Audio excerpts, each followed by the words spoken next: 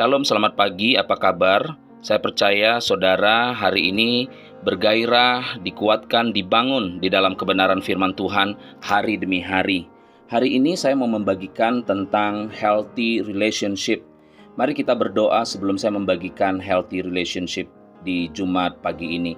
Bapa, di dalam nama Tuhan Yesus kami percaya hari ini adalah satu kesempatan yang Kau berikan buat kami untuk mendengar firman-Mu. Dan firman itu adalah benih yang selalu senantiasa tumbuh dalam kehidupan kami, sehingga kami mengenal siapa Engkau dan siapa kami di dalam Kristus. Terima kasih Bapa, di dalam nama Tuhan Yesus kami berdoa dan mengucap syukur. Yang percaya katakan sama-sama, amin. Saudara yang terkasih di dalam Tuhan, hari ini saya membagikan tentang healthy relationship atau hubungan yang sehat. Yang menjadi pertanyaan adalah, apa itu sebenarnya hubungan? Hubungan adalah satu kontinuitas interaksi antara saudara dengan orang lain, dengan suami istri, dengan anak, dengan rekan sekerja di dalam pekerjaan yang Tuhan percaya kepada saudara, dan begitu juga rekan di dalam pelayanan. Hubungan yang sehat adalah hubungan yang sudah didamaikan antara kita dengan Bapa. Jadi poin yang pertama yang saya mau bagikan hari ini adalah hubungan yang sehat adalah hubungan yang sudah didamaikan antara kita dengan Bapa. Ketika kita mendengar definisi tersebut, kontinuitas interaksi kedua belah pihak saudara. Berarti saudara, di dalam hubungan tersebut atau dikatakan proses membangun hubungan itu, tentunya pasti ada yang namanya gesekan. Tentunya pasti ada konflik dikarenakan perspektif yang berbeda, karakter yang berbeda. Terkadang ketika gesekan itu terjadi di antara kita atau satu dengan lain, ada yang terluka, ada yang sakit hati, ada yang tersinggung dan sebagainya, sehingga menimbulkan satu masalah di dalam kehidupan kita saudara. Nah, hari-hari ini banyak sekali saudara anak-anak Tuhan sangat teramat sulit untuk melepaskan pengampunan, menerima kekurangan setiap orang, mengasihi setiap orang. Disebabkan karena apa saudara? Karena dia belum mengalami satu pendamaian antara kita dengan Bapa. Pendamaian antara kita dengan Bapa itu belum dialami saudara. Karena ketika kita mengalami hal ini saudara, maka saudara untuk menerima dan mengampuni itu hal yang mudah di dalam Tuhan. Seperti firman Tuhan katakan dalam 2 Korintus 5 ayat 19-20, firman Tuhan berkata begini saudara, saya bacakan, sebab Allah mendamaikan dunia ini dengan dirinya oleh Kristus dengan tidak memperhitungkan pelanggaran mereka. Ia telah mempercayakan berita pendamaian itu kepada kami. Jadi kami ini adalah utusan-utusan Kristus. Seakan-akan Allah menasihati kamu dengan perantaran kami dalam nama Kristus. Kami meminta kepadamu, berilah dirimu didamaikan dengan Allah. Nah, saudara harus melihat bahwa saudara tidak bisa berdamai dengan Allah kalau saudara tidak melihat Kristus sebagai utusan yang Allah berikan kepada saudara, yang mati di kayu salib menjadi korban pendamaian antara saudara dengan Bapa. Kalau saudara tidak melihat itu sebagai anugerah terbesar yang Tuhan berikan kepada saudara, saudara nggak bisa berdamai dengan Bapa. Karena hanya Dialah yang sanggup dengan otoritas dan kuasanya mendamaikan kita dengan Bapa. Ketika saudara mengalami perjumpaan ilahi dalam pendamaian itu saudara, maka saudara bisa berdamai dengan diri sendiri. Karena saudara melihat begitu berharganya saudara, begitu diterimanya saudara, begitu dicintainya saudara, begitu dikasihinya saudara oleh Bapa kepada saudara melalui Kristus. Itu yang membuat saudara bisa menerima diri saudara. Itu yang membuat saudara tidak dipengaruhi dengan apa kata orang tentang saudara. Itu yang membuat saudara tidak bermasalah dengan cara pandang banyak orang sekeliling saudara tentang saudara. Karena apa? Saudara sudah berdamai dengan diri saudara. Artinya saudara aman dengan diri saudara.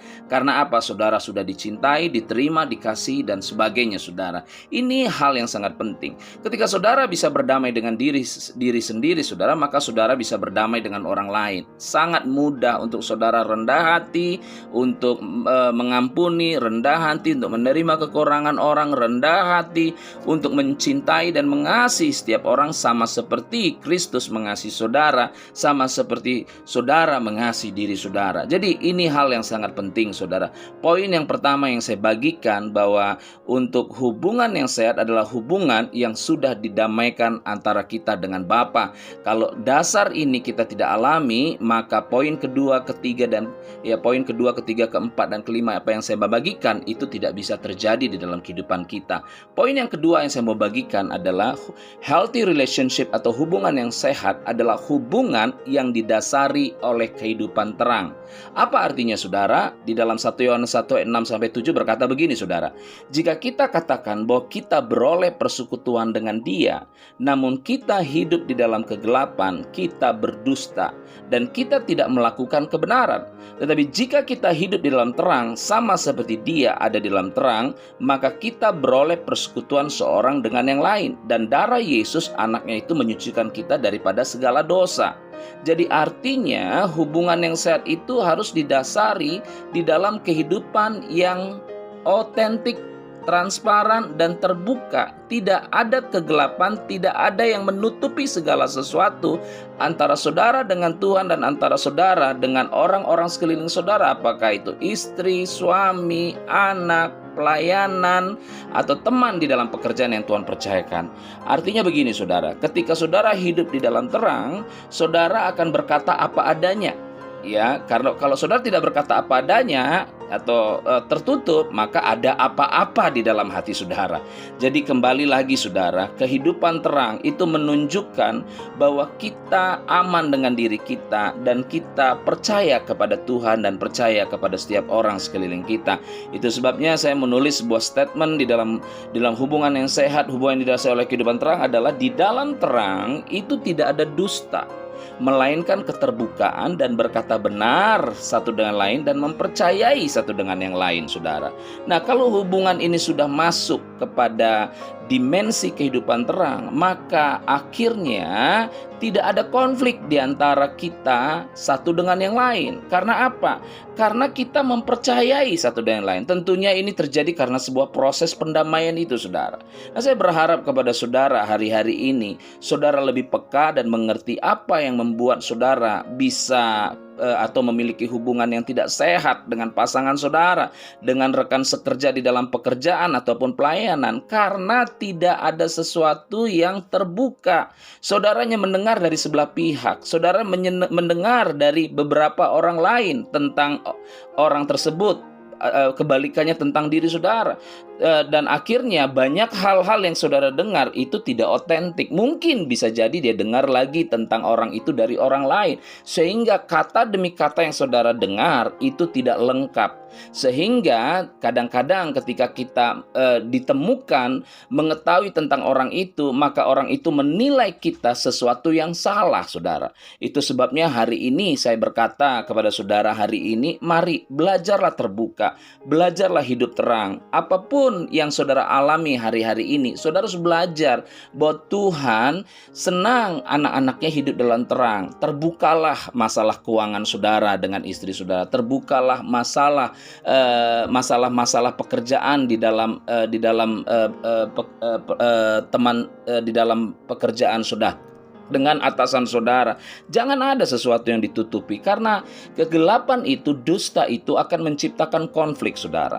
Nah, poin yang ketiga yang saya mau bagikan adalah bahwa healthy relationship itu berbicara tentang hubungan yang diusahakan atau dipelihara. Seperti firman Tuhan katakan dalam Efesus 4 ayat 3-4. Firman Tuhan berkata begini, saudara, dan berusahalah memelihara kesatuan roh oleh ikatan damai sejahtera, satu tubuh dan satu roh, sebagaimana kamu telah dipanggil kepada satu pengharapan yang terkandung di dalam panggilanmu.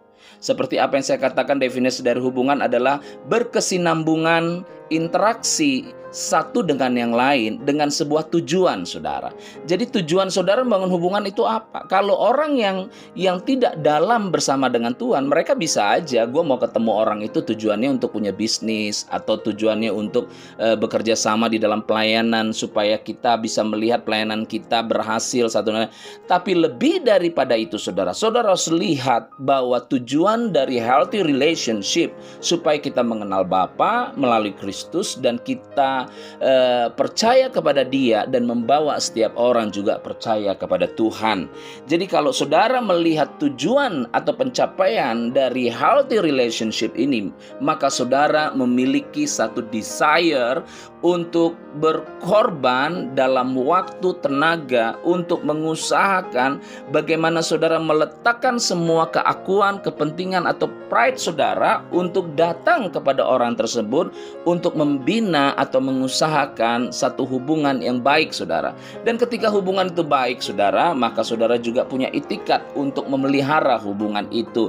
Tentunya ini tidak bisa dilakukan sepihak, harus dua pihak. Kalau hanya sepihak, yang satu tidak mengusahakan, maka hubungan itu tidak tercipta. Yang jadi pertanyaan, bagaimana Pak? Bagaimana Pastor? Bagaimana Kak? Kalau misalnya seandainya orang tersebut saya sudah melakukan atau mengusahakan hubungan itu dengan baik, tapi orang itu tidak ada itikat yang baik. Oke, tidak ada masalah. Saudara doakan hatinya.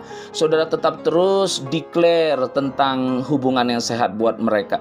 Tetap terus support mereka dalam doa. Karena one day saudara, Allah melalui Roh Kudus sendiri akan menggerakkan hati orang itu atau mencairkan hati orang itu untuk mereka bisa membangun hubungan yang baik. Saya percaya bahwa firman Tuhan tidak pernah gagal. Ketika saudara belajar untuk mengasihi orang itu dengan sikap hati yang murni, mencintai orang itu dengan sikap hati yang murni, sama seperti Tuhan mengasihi saudara, maka Allah sendiri berkarya dan campur tangan untuk menilik hatinya sehingga dia tahu bahwa dia adalah orang yang benar-benar membutuhkan orang-orang yang berdiri bersama dengan dia, saudara. Nah, itu sebabnya hari ini saudara jangan khawatir ketika saudara melihat apa yang saudara usahakan terkesan sepertinya belum ada hasilnya, saudara. Saya percaya janji Tuhan ya dan amin, dan dia tidak pernah gagal, saudara. Ya, yang terakhir saudara yang saya mau bagikan adalah healthy relationship adalah satu hubungan yang dilandasi dengan komunikasi yang baik. Firman Tuhan berkata begini dalam Efesus 4 ayat 29, "Janganlah ada perkataan kotor keluar dari mulutmu, tetapi pakailah perkataan yang baik untuk membangun di mana perlu supaya mereka mendengarnya beroleh kasih karunia." Nah, tadi kan poin yang sebelumnya kan kita bicara tentang kita sudah mengusahakan hubungan yang baik itu kepada orang tersebut, tapi orang tersebut tidak ada itikat baik untuk membangun hubungan kepada saya. Ingat baik-baik, yang membuat saudara punya kerinduan untuk membangun hubungan yang baik itu kan sebenarnya karena kasih karunia. Itu kan sebenarnya karena anugerah yang Tuhan berikan. Karena pada dasarnya hati kita itu tidak sama dengan hati Tuhan, dan kita tidak memiliki hati yang sama dengan Tuhan.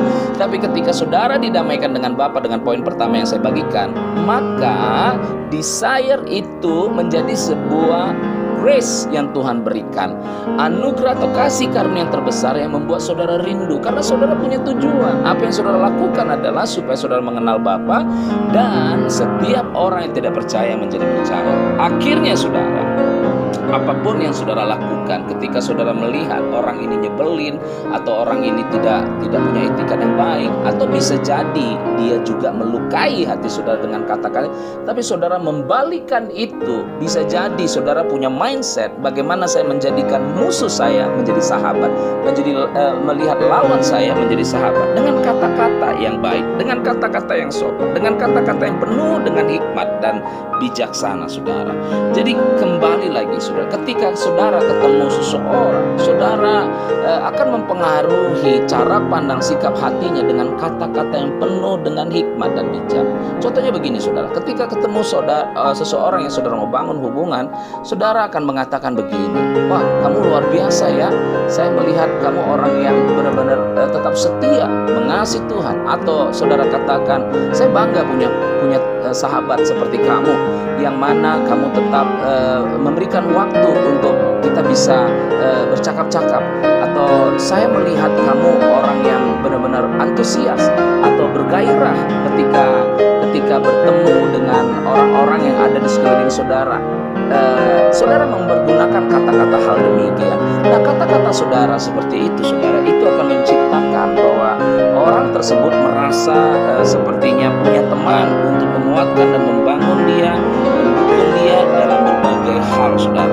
Nah, tentunya tidak ada yang namanya orang yang sejajarnya orang, atau mungkin orang itu masih belum sempurna di dalam Tuhan. Ketika kita memberikan kata-kata motivasi, kata-kata yang membangun dengan sikap hati yang Nggak ada yang namanya orang langsung mengatakan orang ini begini, orang itu begitu. Enggak, saudara. Dia akan merasa aman dekat dengan saudara. Dia merasa sepertinya dia menemukan benar-benar sahabat yang berdiri bersama-sama dengan mereka.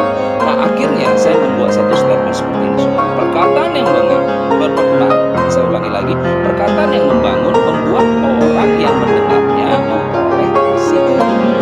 Jadi artinya kata-kata saudara itu membuat setiap orang yang tadinya punya pandangan yang salah terhadap saudara, dia bisa berbalik menjadi orang yang bisa selaras dengan firman, dan mereka akan memandang saudara sebagai sahabat di dalam Tuhan. Saya akan review kembali, saudara. Apa itu healthy relationship? Healthy relationship adalah hubungan yang sudah didamaikan antara kita dengan Bapa. Itu poin yang tadi saya bagikan dan saya sudah jelaskan. Yang kedua adalah hubungan yang didasari oleh kehidupan terang. Itu yang tadi saya sudah jelaskan. Dan yang ketiga adalah hubungan yang diusahakan untuk dipelihara. Dan yang terakhir, hubungan yang memiliki komunikasi yang baik. Saya berharap di Jumat pagi ini saudara dikuatkan, dibangun, dan menerima kebenaran ini menjadi satu perubahan di dalam cara pandang dan sikap hati saudara untuk membangun atau memulihkan hubungan yang mungkin bisa jadi hubungan yang retak antara saudara dengan teman sekerja di dalam pekerjaan atau pelayanan, atau saudara dengan istri, atau saudara dengan suami, atau saudara dengan anak-anak saudara. Nah, saya berdoa di Jumat pagi ini biar firman yang saudara dengar adalah firman yang menguatkan dan membangun iman saudara. Saya berdoa hari ini. Bapa, di dalam nama Tuhan Yesus, saya mau berdoa, mengucap syukur apapun yang mereka terima hari ini dari firman. Firman ini adalah firman yang kuat, yang tajam, yang membuat setiap kami bisa mengenal hati kami, mengetahui pola pikir kami, mengetahui sikap hati kami. Sehingga oleh anugerah dan kemurahan-Mu, Tuhan mengubah hidup kami tidak sama seperti waktu sebelumnya atau hari-hari sebelumnya.